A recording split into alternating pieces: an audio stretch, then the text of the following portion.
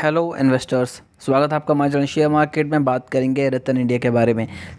एक अच्छी न्यूज़ निकल के आई हैं जिनके बारे में बात करते हैं, तो वो जानना आपके लिए काफ़ी ज़रूरी हो सकता है। उससे पहले थोड़ी सी नज़र मार लें इसके स्टॉक के ऊपर। तो 5 दिन में आपको 1% के रिटर्न देखने के लिए मिले हैं। पिछले तकरीबन 3 दिन से हमें लोअर सर्किट देखने के लिए मिल रहा है।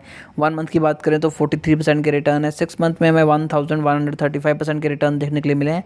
मैक्स चार्ट देखें तो आप यहाँ पर क्लियरली देख पा रहे हैं कि 1026% के रिटर्न है।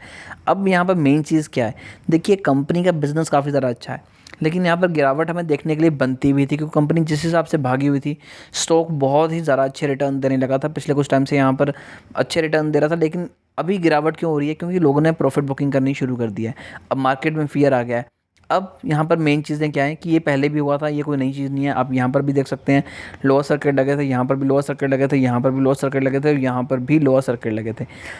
अब यहाँ पर मेन चीज़ ये है कि जिन लोगों ने हाई पे बाय किया है, तो मैं उन्हें ये एडवाइस दूंगा कि स्टॉक अगर आपको 56 और 58 के लेवल पे देखने के लिए मिलता है, तो आप उसको बाय करके एवरेज कर सकते हैं।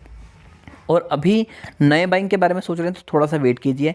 कंपनी अब आपको अपर सर्किट अगर देखने के लिए मिलेगा, तो मेरे हिसाब से वो देखने के लिए मिलेगा जब कंपनी के Q1 के नतीजे आएंगे, क्योंकि होप ये लगाई जा रही है कि रिजल्ट काफ़ी ज़्यादा अच्छे आने वाले हैं, इनके फेवर में आने वाले हैं। क्योंकि लास्ट टाइम भी कंपनी की बेशक प्रॉफिट कम हुआ था, लेकिन कंपनी का जो ऑपरेशन फ्रॉम रेवेन्यू है वो इंक्रीज़ हुआ था।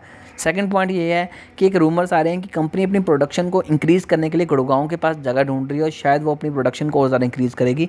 क्योंकि पिछले कुछ टाइम से देखा जाए तो कंपनी की डिमांड काफ़ी ज़्यादा हो रही है, और कंपनी अपनी डिमांड को फुलफ़िल नहीं कर पा रही। कंपनी के पास इतने रिसोर्सेज नहीं है कि वो जितनी बाइक्स हैं उनको मतलब कि हर ऑर्डर को लेके बाइक डिलीवर कर सके। इसलिए वो गुड़गांव के पास जगह लेके अपनी प्रोडक्शन इंक्रीज़ करना चाहती है। तो ये एक की पॉइंट है, लेकिन इसके बारे में अभी तक कोई ऑफिशियल अनाउंसमेंट नहीं है। जब तक ऑफिशियल अनाउंसमेंट नहीं होती, तब तक ये चीज़ों को बताना क्लियरली काफ़ी ज़्यादा मुश्किल हो जाता है।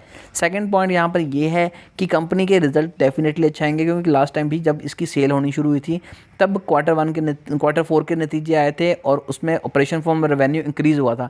कंपनी का खर्चा कहाँ हुआ था? अपने एम्प्लॉयज़ के ऊपर।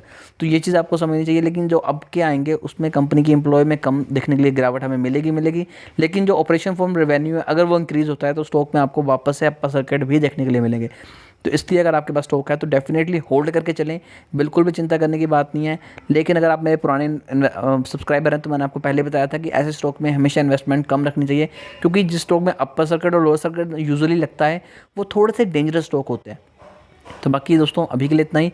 अगर आपकी कोई क्वेरी है, जो कोई क्वेश्चन है, तो कमेंट करके पूछ सकते हैं। हमारी कोशिश होगी कि आपको एक जेन्युइन आंसर दे सकें। अभी के लिए इतना ही।